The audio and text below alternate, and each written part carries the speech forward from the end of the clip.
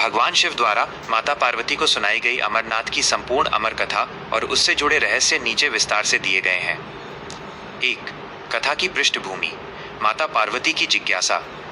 एक बार माता पार्वती ने भगवान शिव से पूछा, हे स्वामी, आप अजर अमर हैं, लेकिन मुझे हर जन्म के बाद नए शरीर में आकर कठिन तपस्या करके आपको प्राप्त करना पड़ता है।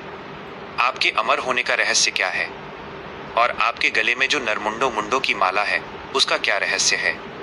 भगवान शिव ने मुस्कुराते हुए कहा, पार्वती, इस माला में जितने भी मुंड हैं, वे सब तुम्हारे ही पिछले जन्मों के हैं। जब जब तुम्हारा शरीर शांत हुआ, मैंने तुम्हारे प्रेम में उन मुंडों को धारण किया।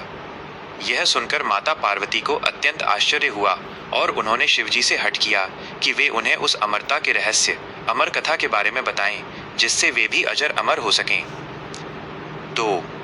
एकांत स्थान की खोज और त्याग की लीला।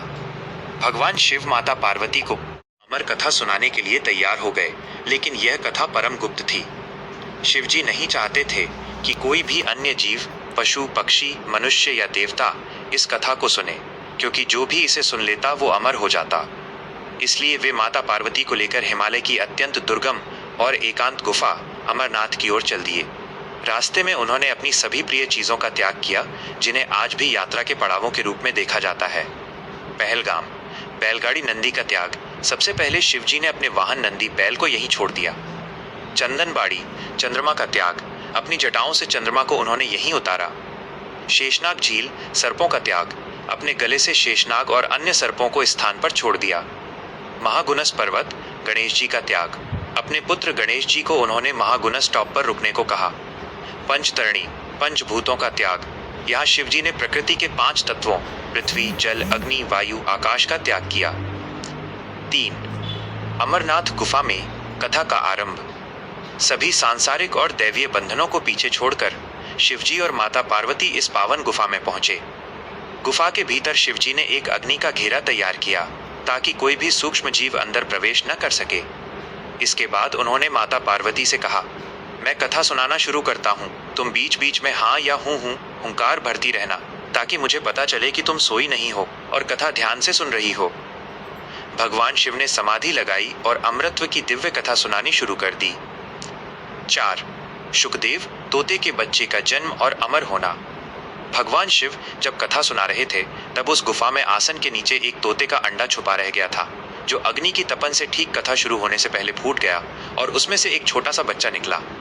शिवजी कथा सुनाते गए और माता पार्वती हूँ करती रहीं।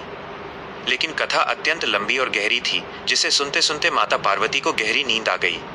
जब माता पार्वती सो गईं, तब वो छोटा तोते का बच्चा डर गया कि अगर शिवजी को पता चला कि पार्वती जी सो गई हैं तो वे कथा रोक देंगे। इसलिए उस बच्चे ने माता पार्वती की जगह खुद हूँ की आवाज़ निकालना शुरू कर दिया। भगवान शिव को लगा कि पार्वती जी ही सुन रही हैं और उन्होंने पूरी कथा समाप्त कर दी। 5. शिवजी का क्रोध और शुकदेव जी की मुक्ति। कथा समाप्त होने के बाद जब भगवान शिव ने आंखें खोली, तो देखा कि माता पार्वती तो गहरी नींद में सो रही हैं। शिवजी ने सोचा कि फिर हूँ की आवाज़ कौन कर रहा था। तभी उनकी दृष्टि उस तोते के बच्चे पर पड़ी। भगवान शिव अत्यंत क्रोधित हो गए कि एक पक्षी ने अमर कथा सुन ली है। वे अपना त्रिशूल लेकर उस बच्चे को मारने दौड़े। वो अमर कथा सुनने के कारण अमर तो हो चुका था, लेकिन शिव जी के क्रोध से बचने के लिए वो तेजी से उड़ा और भागते भागते व्यास ऋषि के आश्रम में पहुंच गया। वहां व्यास जी की पत्नी पिंजला या वाटिका जम्भाई ले रही थी, मुंह खोल रही थी। वह तोते का बच्चा सूक्ष्म रूप धारण करके उनके मुंह के रास्ते उनके पेट में प्रवेश कर गया।